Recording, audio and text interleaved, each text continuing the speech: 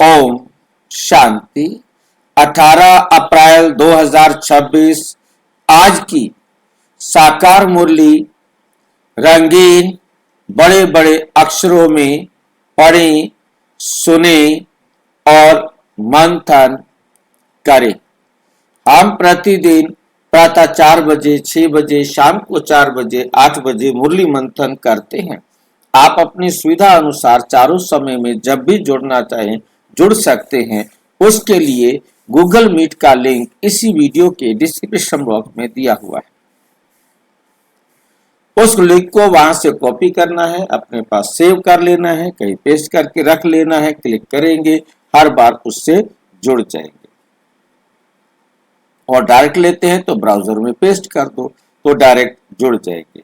यदि आपको जुड़ने में कठिनाई आ रही है, नहीं जुड़ पा रहे हैं, तो आप इसी वीडियो में जो नीचे चलती हुई लाइन है उसमें व्हाट्सएप नंबर दिखाई दे रहा है, उस पर मैसेज करके आप लिंक मंगा सकते हैं, प्रश्न पूछ सकते हैं, अपना सुझाव दे सकते हैं, अपना सुझाव दे सकते हैं।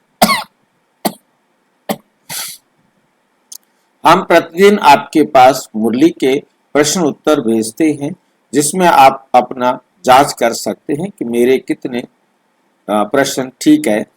इससे आपका मुरली रिवीजन हो जाता है और उससे उमंग उत्साह बढ़ता है। रोजाना इस अभ्यास करने से बाबा की बातें याद रहना सहज हो जाती हैं। ये आपने अपना भी लाभ उठाना है और इसको सबके पास भेजकर स्वयं भी इसका सेवा करके अपना लाभ उठाना है। उसमें हम एक लिंक और देते हैं ईश्वरीय खजाने का। तो आप उस लिंक को क्लिक करेंगे तो सारा ईश्वरीय खजाना आपके सामने होता है। प्रश्नों के उत्तर हो या मुरली हो, अव्यक्त मुरली हो, पीडीएफ हो, एचटीएमएल हो, मतलब जो भी आपके द्वारा पूछे गए प्रश्न है, सारे प्रश्न उस खजाने में अवेलेबल हैं। होम में जाएंगे और सारा खजाना आपके पास हो और उसका लाभ उठाए। जो आपको अच्छा लगे, आप किसी की सेवा करना चाहते हैं, उसमें से कुछ भी आप सेवा के लिए भेज सकते हैं। अच्छा, ओम शांति। आज की साकार मुरली का सार। मीठा मीठा बाबा कहते मीठे बच्चे, तुम बाप द्वारा सन्मुख पढ़ रहे हो। तुम बाप द्वारा सन्मुख पढ़ रहे हो।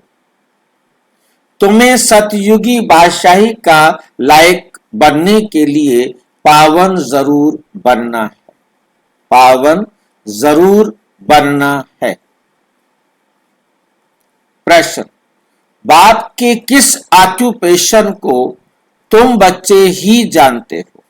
बाप के किस ऑक्यूपेशन को तुम बच्चे ही जानते हो? बाप का कौन सा ऐसा ऑक्यूपेशन है जो दुनिया वाले नहीं जानते, आप जानते?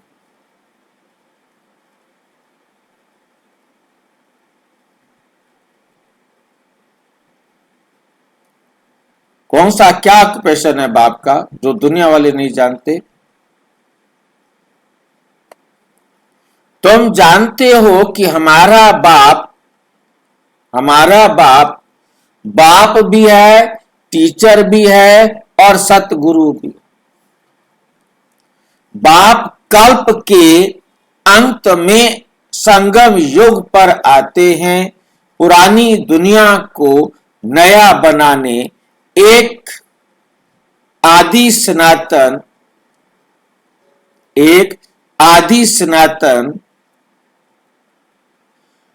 धर्म की स्थापना कर।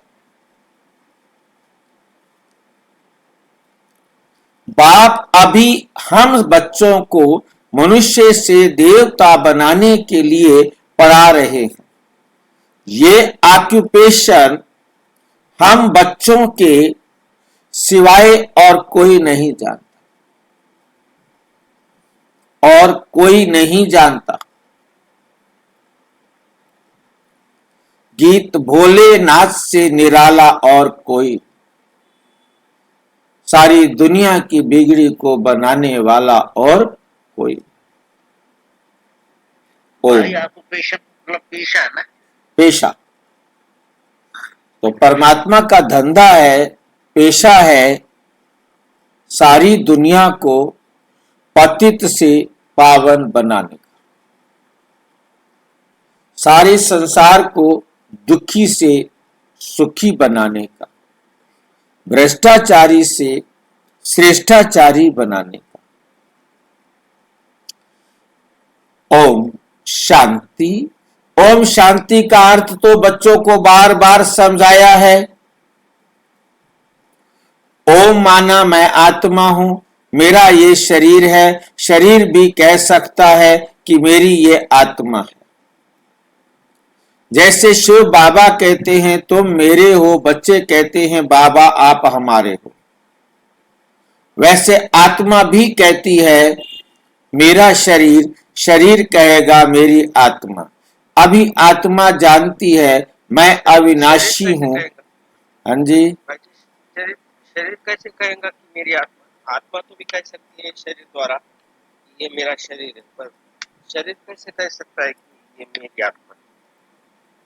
रोजाना सारे बोलते हैं मेरी आत्मा, मेरी आत्मा निकल गई, उसकी आत्मा निकल गई।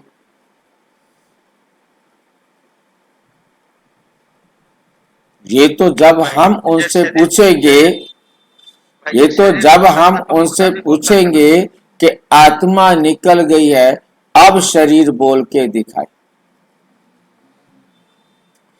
जब आत्मा निकल गई है ये हम ही उनसे पूछ सकते हैं, वो नहीं सोच सकते।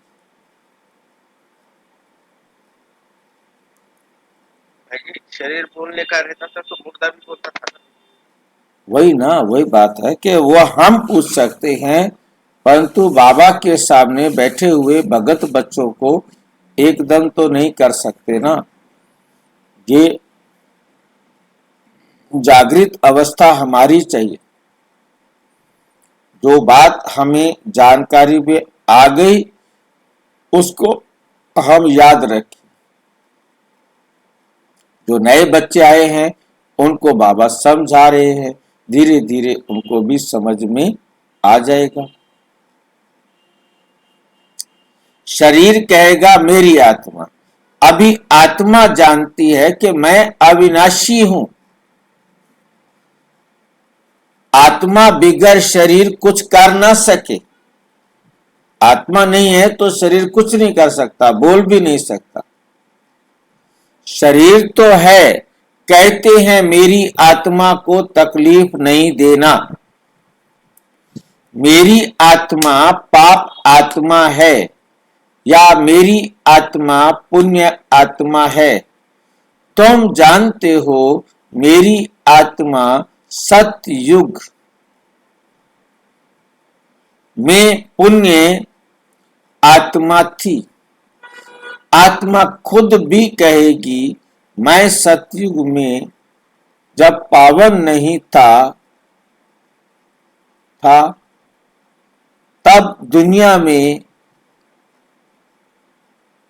कोई पावन नहीं बना।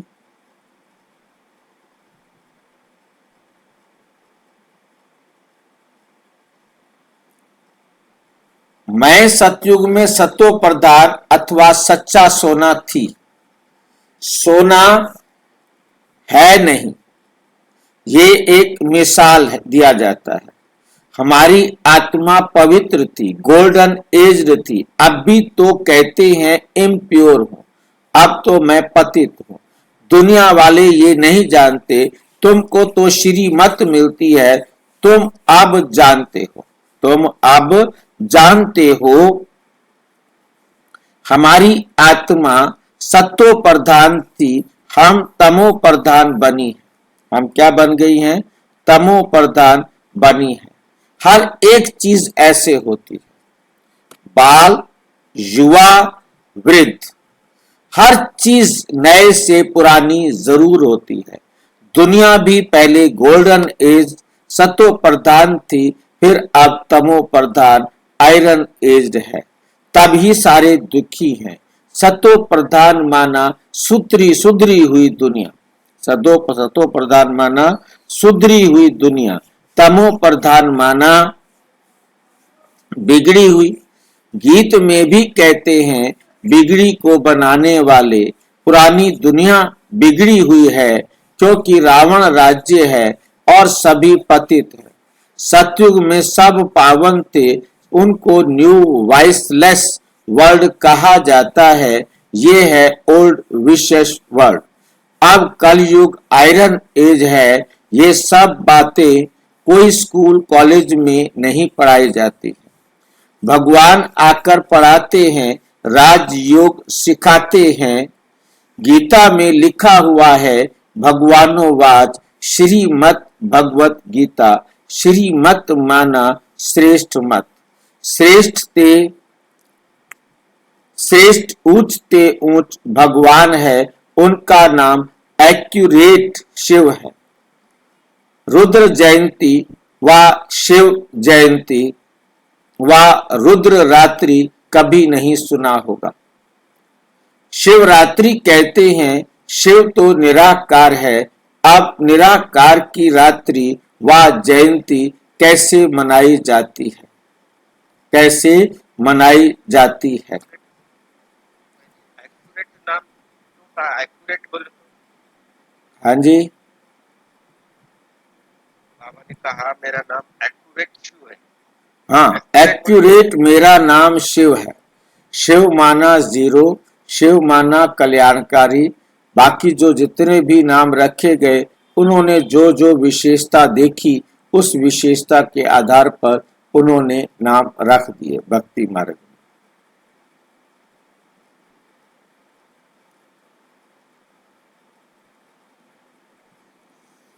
शिव के लिए तो जानते नहीं। क्यों कहना पड़ा? हाँ जी, बाबा को एक्यूरेट क्यों कहना पड़ा? क्योंकि बाबा कहते मेरा नाम ये एक्यूरेट है, बाकी नाम एक्यूरेट नहीं है। एक्यूरेट नहीं है क्योंकि उसमें सारी संपूर्णता नहीं आती है। अब जैसे पाप कटेश्वर, ठीक है, पाप का काटने वाला है, परंतु पाप कटेश्वर से ये सिद्ध नहीं होता कि वो सारे काम भी, वो सर्वज्ञ है, सर्वोच्च है, कल्याणकारी है, ज्योति बिंदु है। मतलब शिव से वो कल्याणकारी है, वो ज्योति बिंदु है, ये सारा सिद्ध हो जाता है। भूतेश्वर है, भूतों का ईश्वर। अब पंचभूत भी कहा जाता है, आत्माएं भी भूत होती हैं। इस प्रकार से शिव बाबा अपना कहते मेरा नाम जो है वो एक्यूरेट है शिव। बाकी नाम पार्शली जो है ना, मेरी विशेषता, मेरे गुणों को बताते, पर तो वो कंप्लीट नहीं है।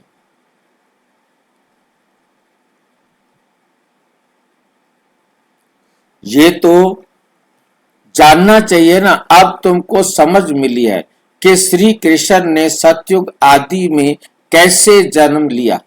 तुम कहेंगे उनको तो 5000 वर्ष हुए। वो भी कहते हैं क्राइस्ट से 3000 साल पहले भारत स्वर्ग था। इस्लामियों के आगे चंद्रवंशी, उनके आगे सूर्यवंशी थे। शास्त्रों में सतयुग को लाखों वर्ष कह दिया।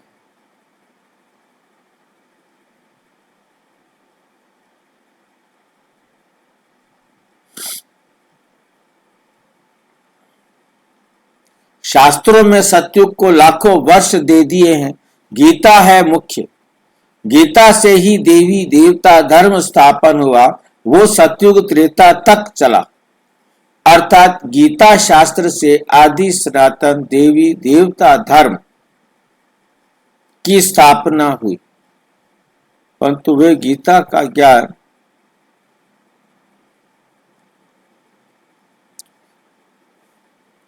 परंतु सतयुग त्रेता तक चला। अर्थात गीता शास्त्र से आदि सनातन देवी देवता धर्म की स्थापना परम पिता परम आत्मा ने की। फिर तो आधा कल्प ना कोई शास्त्र होगा, ना कोई धर्मशास्त्र।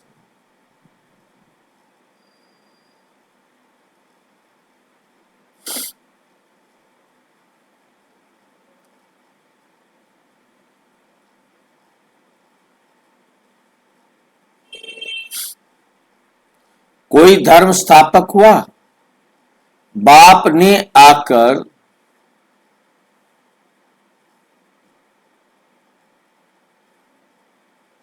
ब्राह्मणों को देवता क्षत्रिय बनाया।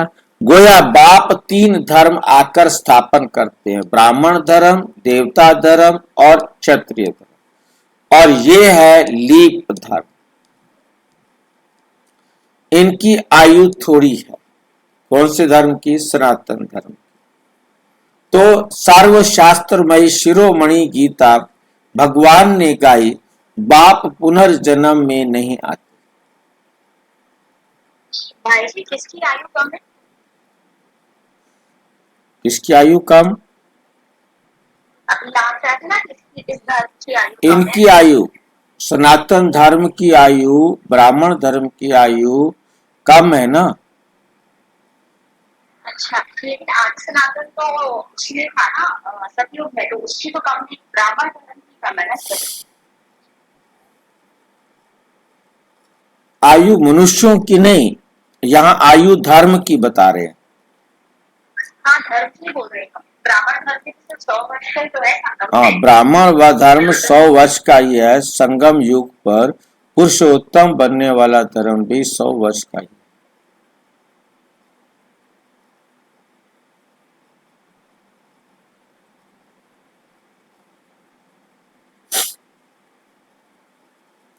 ये लीप धर्म है, छोटा सा धर्म। इनकी आयु थोड़ी रहती है। तो सर्वशास्त्रमय शिरोमणि गीता भगवान ने गाई, बाप पुनर्जन्म में नहीं आते, बाप पुनर्जन्म में नहीं आते। जन्म जन्म जन्म है, परंतु बाप कहते मैं गर्भ में नहीं आता। बाबा कहते मेरा जन्म तो है, परंतु मैं गर्भ में नहीं आता हूं। सतयुग में जो बच्चे होते हैं वो गर्भ महल में रहते हैं। रावण राज्य में गर्भ जेल में आना पड़ता है। पाप जेल में भोगे जाते हैं, गर्भ में अंजाम करते हैं, वायदा करते हैं, हमें बाहर निकालो, हम कोई पाप नहीं करेंगे। परंतु ये है ही पाप आत्माओं की दुनिया। बाहर निकलने से फिर पाप करने लग पड़ते हैं। वहां की वहां रही, वहां की वहां रही। वो वायदा हमने अंदर किया था, अब हम अंदर से बाहर आ गए, अब हम वादा बदल गए। यहां भी बहुत प्रतिज्ञा करते हैं हम पाप नहीं करेंगे, एक दो पर काम कटारी नहीं चलाएंगे, क्योंकि ये विकार आदि मध्य अंत दुख देता है। सतयुग में विष है ही है नहीं, तो मनुष्य आदि मध्य अंत 21 जन्म दुख भोगते नहीं, क्योंकि राम राज्य है। उनकी स्थापना अब बाप फिर से कर रहे हैं। संगम पर ही स्थापना होगी ना। स्थापना कब होगी? संगम पर स्थापना होगी ना। जो भी धर्म स्थापन करने आते हैं उनको कोई भी पाप नहीं करना है। आधा समय है पुण्य आत्मा, फिर आधा समय बाद बाप पाप आत्मा बनते हैं।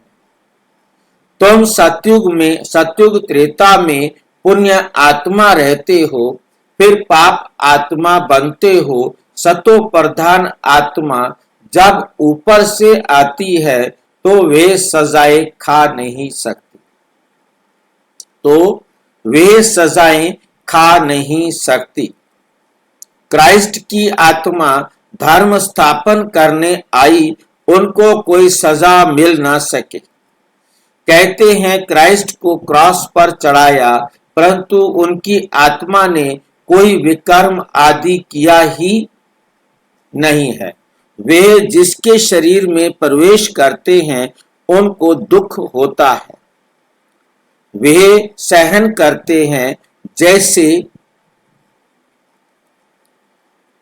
इसमें बाबा आते हैं, वह तो है ही सतो प्रधान नई दुनिया, सतो प्रधान नई दुनिया। कोई भी दुख तकलीफ इनकी आत्मा को होता नहीं। हाँ? कोई भी दुख तकलीफ इनकी आत्मा को होता है, शिव बाबा को नहीं। अभी मतलब जो भी दुख तकलीफ होता है, शिव बाबा आए हुए हैं, वो इनकी आत्मा को होता है, मुझे नहीं। मैंने ब्रह्मा के तन का आधार लिया है, परंतु मुझे कोई दुख या तकलीफ नहीं है। वे तो सदैव सुख शांति में रहते। शिव बाबा कहते मैं तो हमेशा शांत अवस्था में रहता हूँ, एवर सतो प्रधान, हमेशा सतो प्रधान रहता हूँ। परंतु आते तो इस पुराने शरीर में है ना। वैसे क्राइस्ट की आत्मा ने जिसमें प्रवेश किया, उस शरीर को दुख हो सकता है, क्राइस्ट की आत्मा को दुख नहीं भोग सकती, क्योंकि सतो रजो तमो में आती है। नई नई आत्माएं आती भी हैं, है ना, उनको पहले जरूर सुख भोगना पड़े। जो भी आत्मा पहले पहले आती है, चाहे वो सतयुग में आए, चाहे वो त्रेता में आए, चाहे वो द्वापुर कलयुग में आए, परंतु जो भी आत्मा इस धरती पर आती है, तो वो पहले क्या भोगती है? सुख भोगती है। पहले वो क्या भोगेगी? सुख भोगेगी। जैसे कि वो अंबानी के घर में जो आनंद अंबानी है, वो भी तो नई आत्मा हो सकती है क्या? ये हम नहीं कह सकते। वो सुख भोग रहा है या दुख भोग रहा है, वो व्यक्तिगत रूप से वो जानता है, उसके कर्मों का फल वो जानता है। उसको यदि इतने धन की प्राप्ति हो रही है, इतनी दुनिया की आत्माओं की वो सेवा कर रहा है, उनको बिजनेस दे रहा है, उनको नौकरी दे रहा है, उनसे काम करवा रहा है, किसी का शोषण कर रहा है, किसी को लाभ भी पहुंचा रहा है, वो उसका पार्ट है। वो अपना हिसाब किताब उनके साथ बराबर कर रहा है।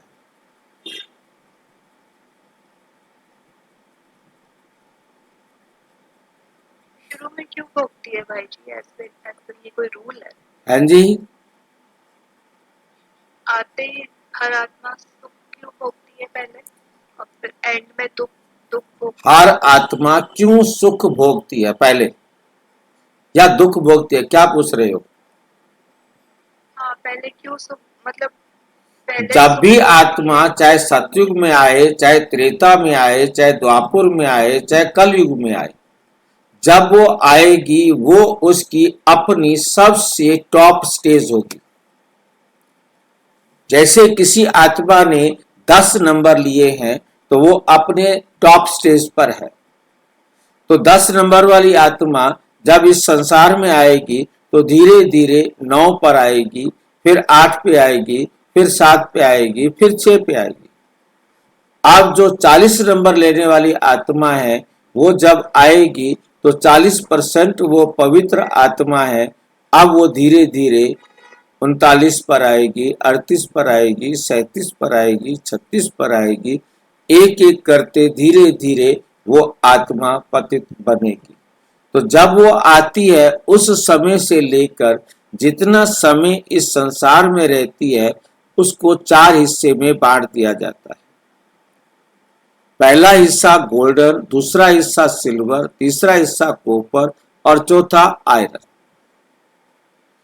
अब जो आत्मा सतयुग में आई है, 100% पवित्र है, वो 25% पहले गिरते गिरते गिरते गिरते धीरे धीरे वो भी अपनी 4 अवस्थाओं को पूरा करेगी।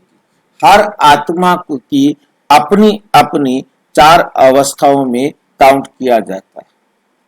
बाकी ये नहीं है कि 10% पवित्र आत्मा जो आई है, वो सतो प्रधान तो है, परंतु वो परमात्मा की तरह सतो प्रधान नहीं है नहीं। उस हिसाब से तो एंड में सबको ही दुख भोगना चाहिए। एंड में सारे दुख भोगेगी। फिर अभी तो नहीं भोग रहे सब दुख। हाँ जी, अब तो एंड है ना, तो अब तो नहीं हो गए सब दुख। अब सारे दुखी है, कौन सुखी है? एक मुझे ढूंढ के लाओ जो सुखी हो, एक ढूंढ के लाओ। भाई जी, जो 1 साल के लिए आता है वो भी तो एक साल के अंदर चार 10 अवस्था में साल। से गुजरेगा। हाँ हाँ। 3 महीने, ताकि वो 3 महीने, पाँच 3 महीने, कोई 3 महीने। 5 साल के आया तो 5 साल के अंदर 2.5 साल 2.5 साल अच्छे गुजरेगा और 2.5 साल दुख में गुजरेगा। जो 5 साल के लिए आएगा ना। हाँ, जो 5 साल के लिए आएगा हम्म, हर एक को वो तो अपनी सुख तो नया नया आत्मा आने वाला सुख ही भोगेगा भाई जी। पहली बार आएगा, उसके लिए सुख है। हमारे हमारे हिसाब से उसको कोई सुख नहीं मिला, परंतु उसके अपने दुख, जो आने वाले दुख है, उनसे उसको सुख मिला। अब मैं एक 100% वाली आत्मा जब 10% पर आ जाएगी, उस टाइम 10% वाली आत्मा भी आएगी। अब उसका तो कोई किसी के साथ कार्मिक अकाउंट अभी है ही नहीं। आपने कार्मिक अकाउंट खोला, वो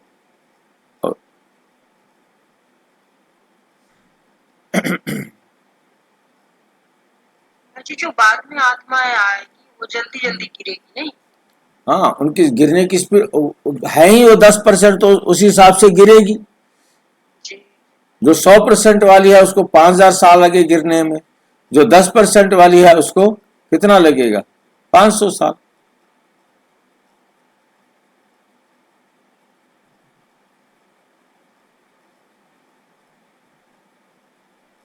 भाई जी, जो एक जन्म के लिए आई समझो तो वो जन्म से लेके बुढ़ापे तक तो वो सुख भोग कर दुख भी भोगी।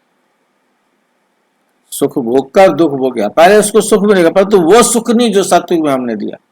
उसका सुख का स्टैंडर्ड वो होगा जो यहां है।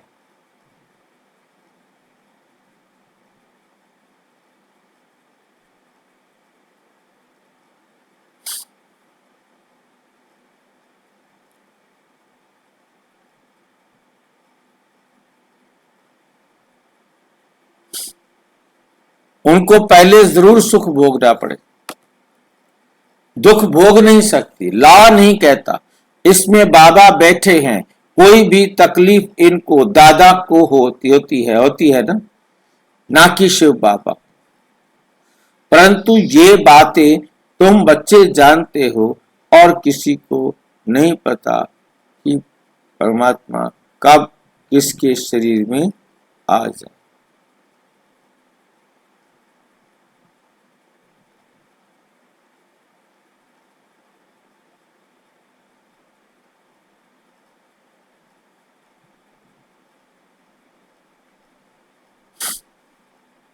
परंतु ये बातें तुम जानते हो और कोई को पता ही नहीं है।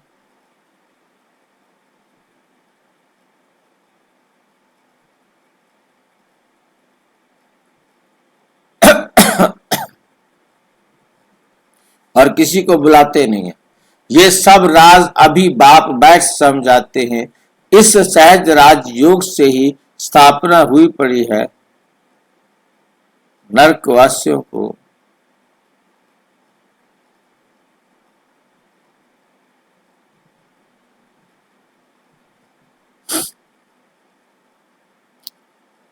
इस सहज राजयोग से ही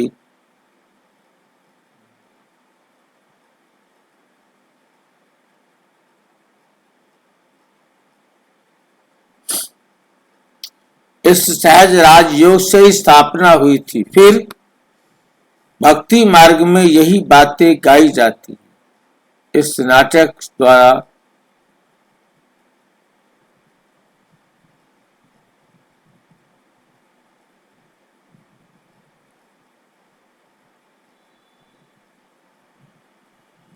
वह गाया जाता है। भक्ति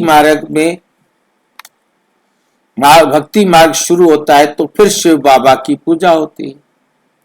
पहले पहले भक्ति कौन करता है? आदिदेव ब्रह्मा बाबा, जिसकी फोटो अलग लगी हुई है।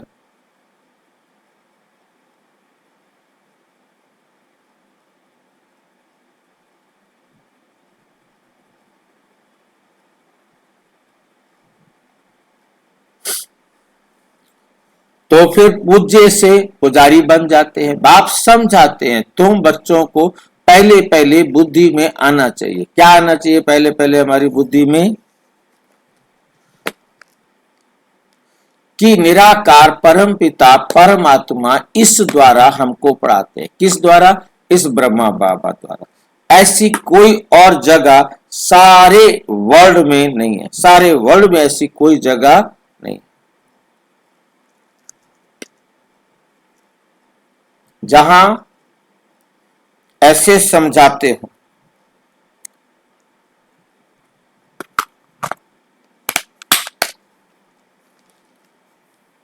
बाप ही आकर भारत को फिर से स्वर्ग का वर्षा देते,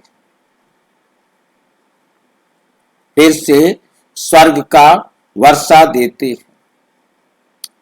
त्रिमूर्ति के नीचे लिखा हुआ है डीटी वर्ल्ड, देवी देवता sovereignty is your fatherly birthright.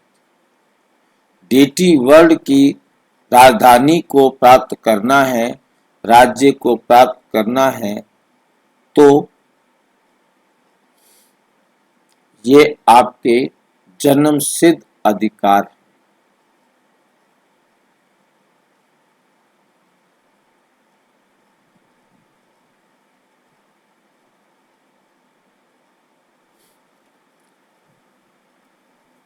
Shiv बाबा आकर तुम बच्चों को स्वर्ग की बादशाही का वर्षा दे रहे, लायक बना रहे, हर आत्मा को लायक बना रहे हैं।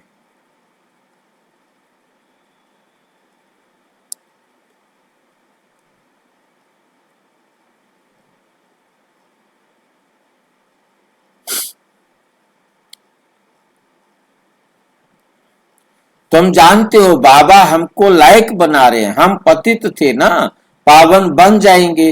फिर जब हम पावन बन जाएंगे फिर ये शरीर नहीं रहेगा।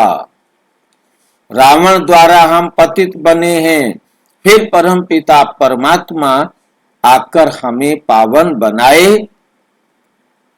पावन दुनिया का मालिक बनाते हैं। यही ज्ञान का सागर पतित पावन है।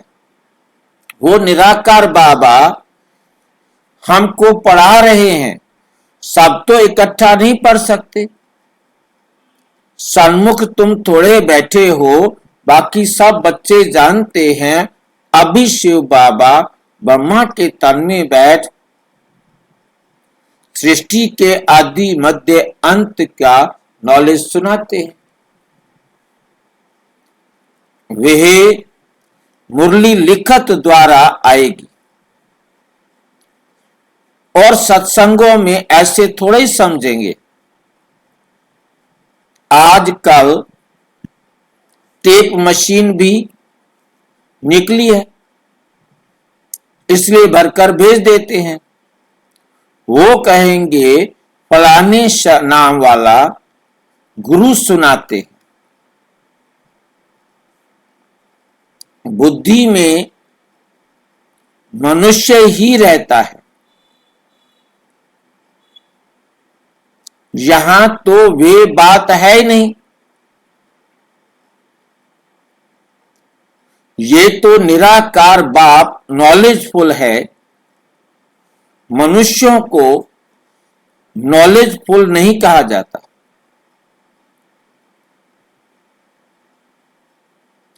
गाते हैं God father is knowledgeful, peaceful, blissful. तो उनका वर्षा भी चाहिए ना। उनमें जो गुण हैं वो बच्चों को मिलने चाहिए। अभी मिल रहे हैं। गुणों को धारण कर हम ऐसे लक्ष्मी नारायण बन रहे हैं। सब तो राजा रानी नहीं बनेंगे। गाया जाता है राजा रानी वजीर वहां वजीर भी नहीं रहता, महाराजा महारानी में पावर रहती है। जब विकारी बनते हैं तब वजीर आदि होते हैं, आगे मिनिस्टर आदि भी नहीं थे। वहां तो एक राजा रानी का राज्य चलता था, उनको वजीर की क्या दरकार, राय लेने की दरकार ही नहीं, जबकि खुद मालिक है। ये है हिस्ट्री ज्योग्राफी। परंतु पहले तो उठते बैठते ये बुद्धि में आना चाहिए कि हमको बाप स्वयं परमधाम से आकर पढ़ाते हैं, योग सिखाते हैं, याद की यात्रा पर रहना है। अभी स्वयं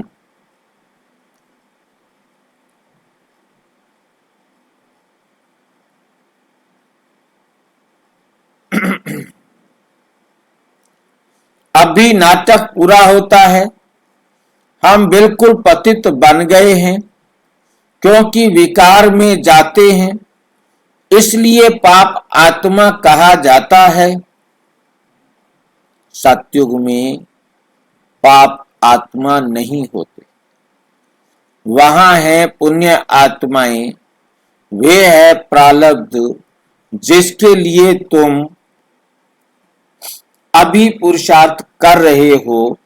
तुम्हारी है याद की यात्रा, जिसको भारत का योग कहते हैं, परंतु अर्थ तो नहीं समझते। योग अर्थात याद, जिससे विकर्म विनाश होते हैं, फिर ये शरीर छोड़ घर चले जाएंगे।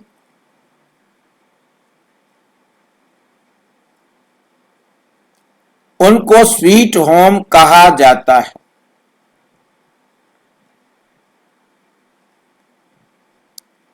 आत्मा कहती है हम उस शांति धाम के रहवासी हैं,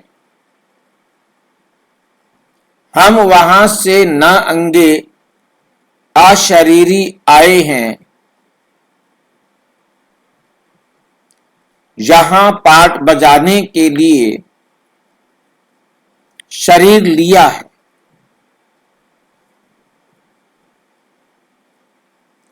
ये भी समझाया है माया 5 विकारों को कहा जाता है। ये 5 भूत है। काम का भूत, क्रोध का भूत, नंबर 1 है देह अभिमान का भूत।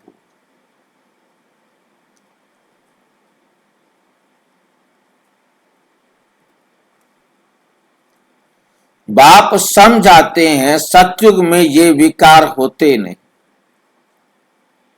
उसको निर्विकारी दुनिया कहा जाता है। विकारी दुनिया को निर्विकारी बनाना ये तो बाप का ही काम है।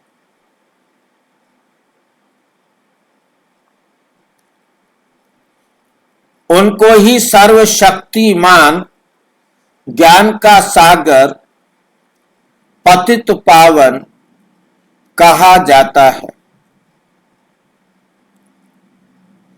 इस समय सब भ्रष्टाचार से पैदा होते हैं। सतयुग में ही वाइसलेस दुनिया है। बाप कहते हैं अब तुमको विशेष से वाइसलेस बनाना है। कहते हैं इस बिगर बच्चे कैसे पैदा हो। बाप समझाते हैं अभी तुम्हारा ये अंतिम जन्म है।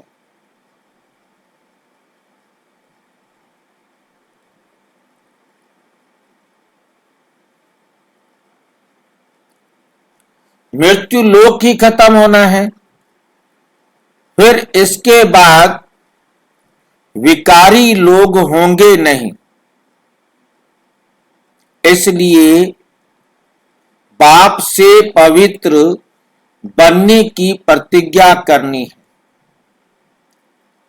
कहते हैं बाबा, हम आपसे वर्षा अवश्य लेंगे। वे कसम उठाते हैं झूठा। गॉड जिसके लिए कसम उठाते हैं उसको तो जानते नहीं। वे कब कैसे आता है, उनका नाम, रूप, देश, काल क्या है, कुछ भी नहीं जानते। बाप आकर अपना परिचय देते हैं। अभी तुमको परिचय मिल रहा है। दुनिया भर में कोई भी गॉड फादर को नहीं बुलाते, नहीं जानते। बुलाते भी हैं, पूजा भी करते हैं, परंतु ऑक्यूपेशन को नहीं जानते। अभी तुम जानते हो, परम पिता परम आत्मा हमारा बाप, टीचर, सतगुरु है। ये बाप ने खुद परिचय दिया है कि मैं तुम्हारा बाप हूं। मैंने इस शरीर में प्रवेश किया है। प्रजापिता ब्रह्मा द्वारा स्थापना होती है किसी ब्राह्मण की, फिर तुम ब्राह्मण पढ़कर देवता बनते हो। मैं आकर तुमको शूद्र से ब्राह्मण बनाता हूं। बाप कहते हैं, मैं आता ही हूं कल्प के संगम पर। कल्प 5000 वर्ष का है। ये सृष्टि चक्र तो फिरता रहता है। मैं आता हूं पुरानी दुनिया को नया बनाने, पुराने धर्मों का विनाश कराने। फिर मैं आदि सनातन देवी देवता धर्म स्थापन करता हूं, बच्चों को पढ़ाता हूं। फिर तुम पढ़कर 21 जन्म के लिए मनुष्य से देवता बन जाते हो। देवताएं तो सूर्यवंशी, चंद्रवंशी, प्रजा सब हैं। चाहे वो देवताएं सूर्यवंशी हो, चाहे चंद्रवंशी हो, चाहे वो प्रजा। 33 करोड़ देवी देवता कहा जाता है। बाकी पुरुषार्थ अनुसार उच्च पद पाएंगे। अभी तो जितना पुरुषार्थ करेंगे वही कल्प कल्प चलेगा। हर कल्प वही पुरुषार्थ चलेगा। अब आपने तीव्र पुरुषार्थ किया, अच्छा पुरुषार्थ किया, तो आप हर कल्प उतना अच्छा पुरुषार्थ करेंगे। जी, शूद्र से ब्राह्मण बनाता है, फिर ब्राह्मण से देवता कब बनते हैं? संगम पर ही 3 धर्म स्थापन होते हैं। बाबा कहते, मैं तुम ब्राह्मणों को पढ़ाता हूं। तुम्हें मैं बनाना चाहता हूं राजा सतयुग का, परंतु तुम प्रजा योग सीख करके सतयुग की प्रजा बन जाते हो, या त्रेता युग के चंद्रवंशी बन जाते हो। हम शूद्र से ब्राह्मण बने हैं ये दिखाई दे रहा है, पर ब्राह्मण से देवता बने ये नहीं दिखाई दे रहा। अब जो जितनी धारणा करेगा वो उसी को पता होगा ना। जिसने धारणा की नहीं है वो किसको कैसे पता लगेगा?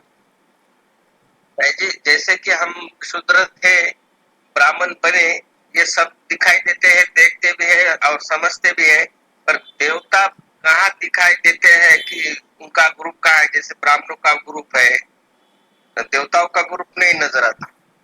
देवताओं का ग्रुप होता नहीं ना भाई जी, देवताएं तो सतयुग में आएंगे, संगम पर तो नहीं आएंगे ना। संगम पर आएंगे भी तो अलग अलग कहाँ होंगे। स्थापना तो यहाँ पे होती है ना, संगम पे। संगम पर स्थापना होती है, परंतु वो बात बात उनको पता लगेगी जो देवता बने हैं, बाकियों को थोड़ा दिखाई देंगे।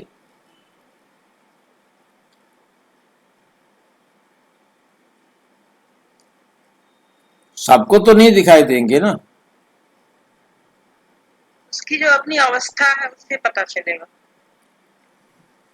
लॉ नहीं है ना, अभी पता लग जाए कि भगवान जो है ना कृष्ण ने जन्म ले लिया है या देवी देवता ये इस कॉलोनी में रहते हैं, सारे वहां पहुंच जाएंगे ना। लॉ नहीं है ना,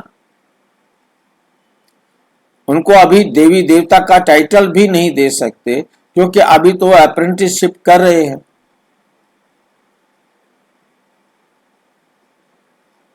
भाई जी, पुरानी दुनिया का विनाश कराते हैं बाबा बोला, अभी नए धर्म की स्थापना कराते हैं, अभी बोला बाबा ने। इस बात आती है, स्थापना करा रहे हैं, परंतु स्थापना हो रही है, जो बन रहे हैं उनकी स्थापना हो रही है, जो नहीं बन रहे हैं उनको क्या मतलब, क्या पता उनको। स्कूल एक क्लास के अंदर कोई 100 नंबर की मेहनत कर रहा है, कोई 50 की कर रहा है, कोई 60 की कर रहा है, कोई 40 की कर रहा है, कोई 90 की कर रहा है, कोई 95 की कर रहा है। हर एक अपनी तरफ से मेहनत पर लगे हुए हैं ना। भाई जी, पढ़ाई पढ़ रहे हैं हम तो, पहला बैच निकल गया, दूसरा बैच निकल गया, ऐसा समझते हैं ना, दिखाई देता है ना कॉलेज में। समझो कोई पढ़ाई पढ़ रहा है, पर ये भी जानता है कि हमारे पहले ये पढ़ के गए थे, ये इधर डॉक्टर बनने वाले दिखाई दे रहे हैं। ऐसा भी हमें दिखाई देना चाहिए। नहीं दिखाई दे सकता ना भाई जी, लॉ नहीं है। आपको स्थूल दुनिया के साथ पढ़ाई है, कुछ साथ है ना, क्योंकि जो लॉ नहीं है, गुप्त रहना है, तो उसको कैसे बता देंगे। अभी पता लग जाए तो सारे के सारे क्वेश्चन के बेचारे के शरीर का टुकड़ा टुकड़ा ना रहने दे, खींच खाच के उसको तोड़ फोड़ के फेंक दे।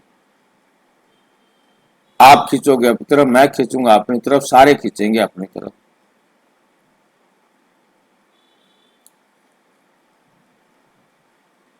इसलिए लॉ नहीं है।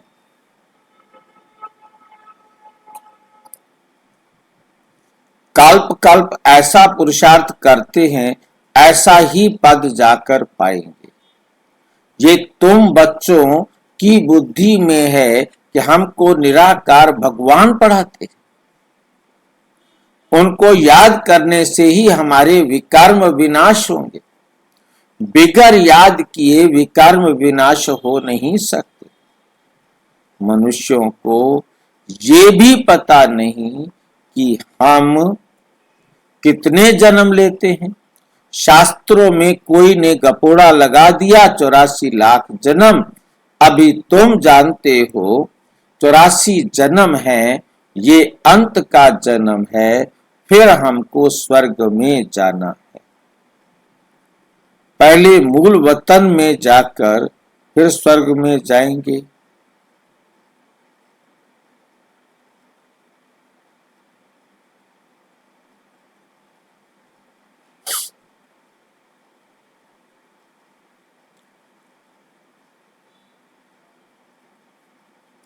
फिर हमको स्वर्ग में जाना है। पहले मूल वतन में जाकर फिर स्वर्ग में आएंगे। पहले हम परम धाम जाएंगे मूल वतन में, फिर हम स्वर्ग में आएंगे। अच्छा, मीठे मीठे सिक्की लधे बच्चों प्रति माता पिता बाप दादा का याद प्यार और गुड मॉर्निंग। रूहानी बाप की रूहानी बच्चों को नमस्ते। हम रूहानी बच्चों की रूहानी बाप दादा को नमस्ते।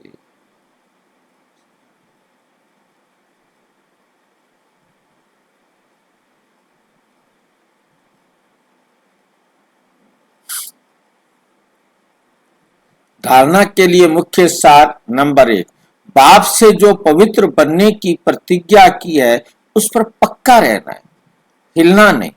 काम क्रोध आदि भूतों पर विजय अवश्य प्राप्त करनी है। चलते फिरते हर कार्य करते पढ़ाने वाले बाप को याद रखना है।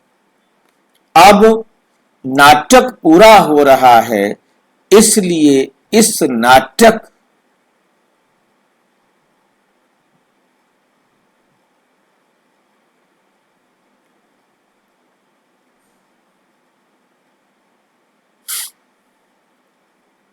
अंतिम जन्म में पवित्र जरूर बनना है।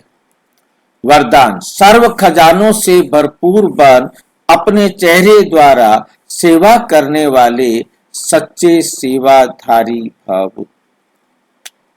जो बच्चे सर्व खजानों से सदा संपन्न व भरपूर रहते हैं, उनके नयनों व मस्तक द्वारा ईश्वरीय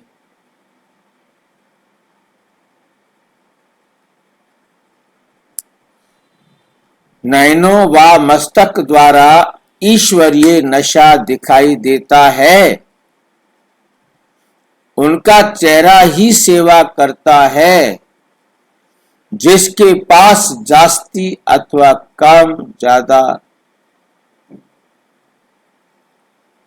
कम जमा होता है, तो वह भी उनके चेहरे से दिखाई देता है। जिनके भाग्य में कम जमा होता है, वो भी उनके चेहरे से दिखाई देता है। जैसे कोई ऊंच कुल का होता है, और उनके भी चेहरे से पता लगता है, वे झलक और फलक दिखाई देती है। ऐसे आपकी सूरत हर संकल्प, हर कर्म को स्पष्ट करे, तब कहेंगे सच्चे सेवाधारी।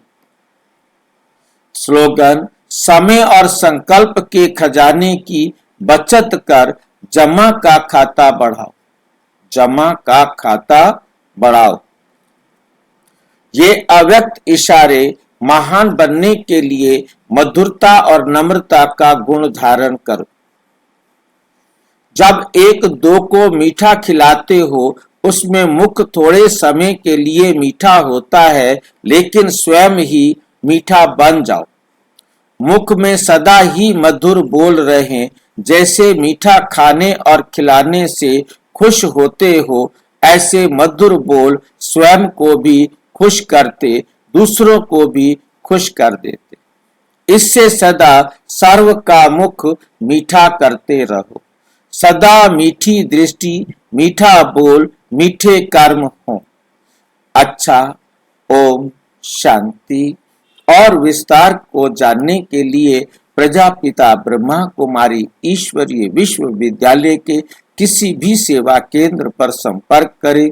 और यदि कोई प्रश्न है तो 9213106986 पर केवल आराटाई करें, टेलीग्राम करें 9650692270 पर केवल व्हाट्सएप करें, फोन नहीं।